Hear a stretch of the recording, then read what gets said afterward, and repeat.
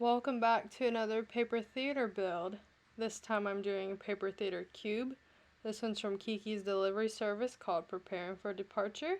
It's 3 out of 5 diamond difficulty, and this is my first one as well, so it's a learn with me.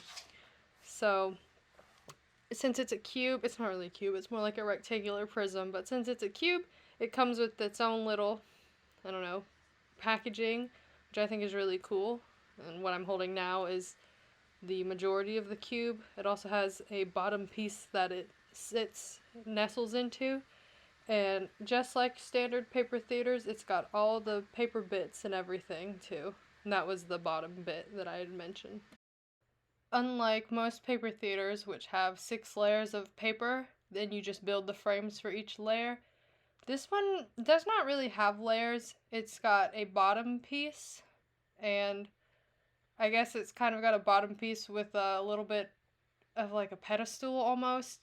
And then all you really do for the paper theater cubes is you build up pieces in the scenery that get placed into the bottom pieces, just glued into place. So it's kind of got layers, but not in the same way how the other paper theaters are very standard. They all have like 6 frames that kind of comprise a story. This one, its cube is the frame, and you're just putting elements of scenery in it. You're not really, there's no layer 1, layer 2, layer 3. It's got some numbers to help you figure out what's going where, but it's different. And I do like how these work, but you do have to be a lot more precise, at least when it comes to the final step. So as you can see, where that piece that I have right now, it's got those 2 bottom little rectangles, those yellow rectangles at the bottom. And the reason why I say you have to be precise is not always are the 2 rectangular pieces on one piece of paper. A lot of times you have to take or glue 2 pieces of paper together to make that shape, and that shape needs to be exact in your gluing because that's what goes down into your bottom layer. So for this one, you can kind of see it there. This is little Kiki. I covered it, that's my weight to help glue it better. But this little Kiki, she's got a little brown rectangle at the bottom on the right side currently. And the other side of her that I put in, I believe, is going to have the other part of the rectangle that's going to help keep everything in place. And if you don't put both of those exactly in the right distance of, see, there it is, it's red. So I'm adhering the red part now. And while there are, I guess, things that you orient the paper to make sure the gluing is accurate, if you don't glue it right, your piece won't fit. And you can see at the end of the broom there's actually a third piece that's going to glue in for security. If all those 3 pieces are slightly off, they are not going to fit into that bottom layer that you glue everything into. So for the paper theater cubes, I don't think it's difficult. I actually think overall I think it's easier in the sense that you're just creating one little figure at a time, and once your figure is done, it's done. With the other cube elements, the frames stack on each other and they kind of create a layered effect, and then you can see the final picture once it's put together. But with the cube, you're creating all the elements one at a time, and each element just gets glued into the final production. So it's not really confusing. It's not something that comes together in the sense like, oh, that makes sense. This one, once it's glued together, it makes sense. And here's another example of where it's got a brown little peg and it's got a green peg, and I glued both of them together. But even if it's like a millimeter off, it's not going to fit correctly. So it is very important for the cubes that you glue precisely, especially when it comes to those little pegs at the bottom. And if you've never seen one of my paper theater builds before, I use random objects. Like I used a watercolor palette about a minute ago, and I'm using that glue bottle just to hold the paper down. I just use regular school glue, but It dries very quickly, but that being said, especially on larger pieces, if you don't apply pressure while the glue is drying, it'll become warped. And the warping and like the buckling, I guess, depends on how it goes. It might make it to where your paper theater looks less good, but also in the case for the cube, it might really make it difficult to put your final product together.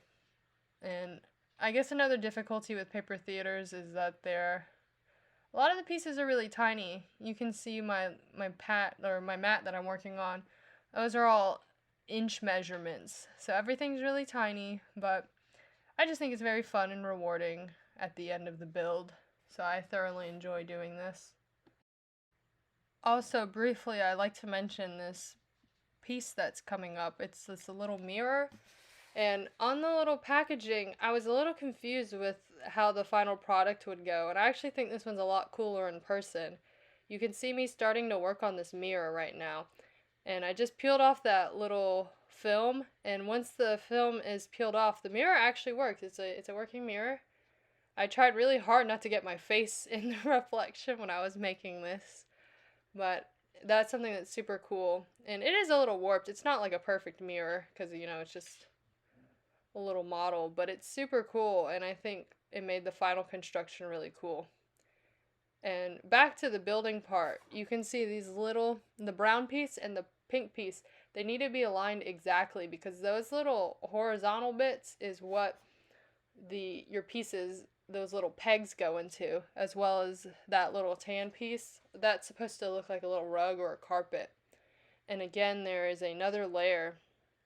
And it's important to build up the layers so you can have like a stiff board to glue into.